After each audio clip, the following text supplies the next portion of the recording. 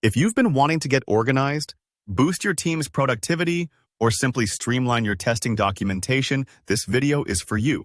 Today, I'll show you how to start using Confluence for free.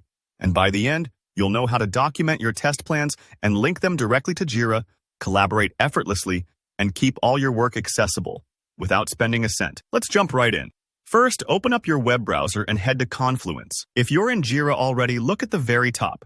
There's a little icon made up of 4 circles. Click on that, then select Confluence from the dropdown. Don't worry if you haven't used this menu before. It's just Atlassian's quick launcher between their products. Once you're in Confluence, you'll notice the dashboard is divided into several sections: pages, live docs, whiteboards, and databases. These are your main building blocks, and trust me, you'll quickly get a sense for which format works best for what you need. Let's start with something super useful: creating your own knowledge base. In Confluence, it's common to create spaces dedicated to specific projects or topics.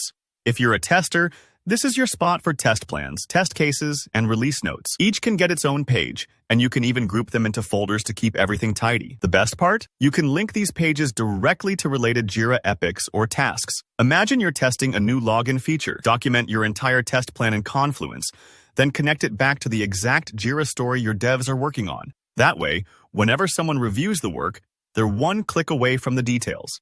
Now, let's talk about linking work items. Integration between Confluence and Jira is where the magic really happens. Inside any Confluence page, you can highlight some text. Say, a bug you discovered or a user story that needs attention, right-click, and you'll see an option to create a Jira issue instantly.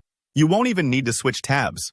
Those references stay dynamic too. With what Atlassian calls smart links, Confluence can show you the status of any Jira ticket right on the page. This is incredibly helpful when you're running test cycles. No more hunting through Jira to see if a bug was fixed. Just open your doc and instantly see where everything stands. Reports and retrospectives are another area where Confluence shines. You can use pages to generate all sorts of reports, or even run sprint retrospectives when you're wrapping up a cycle. Let's say you've just finished a sprint. Create a retrospective doc in Confluence, link it to your completed sprint in Jira, and invite your team to add feedback, lessons learned, and action items. Not only does it capture all your thoughts in one place, but by linking back to the sprint in Jira, you're keeping everything connected for future reference. It's like having a living diary for your team's progress. One last thing to keep in mind: permissions. On the free Confluence plan, every logged-in user can view, add, and edit all content. That means if you're working with a small, tight-knit team, this is usually more than enough. But if you need to restrict access to certain spaces or pages, you'll need to upgrade to a paid plan. For most testers just getting started, though, the free plan gives you all the main features you'll need, and it keeps things simple while you focus on your work.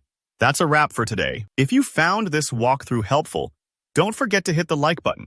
It really helps out the channel. Got a question or want to share your experience with Confluence?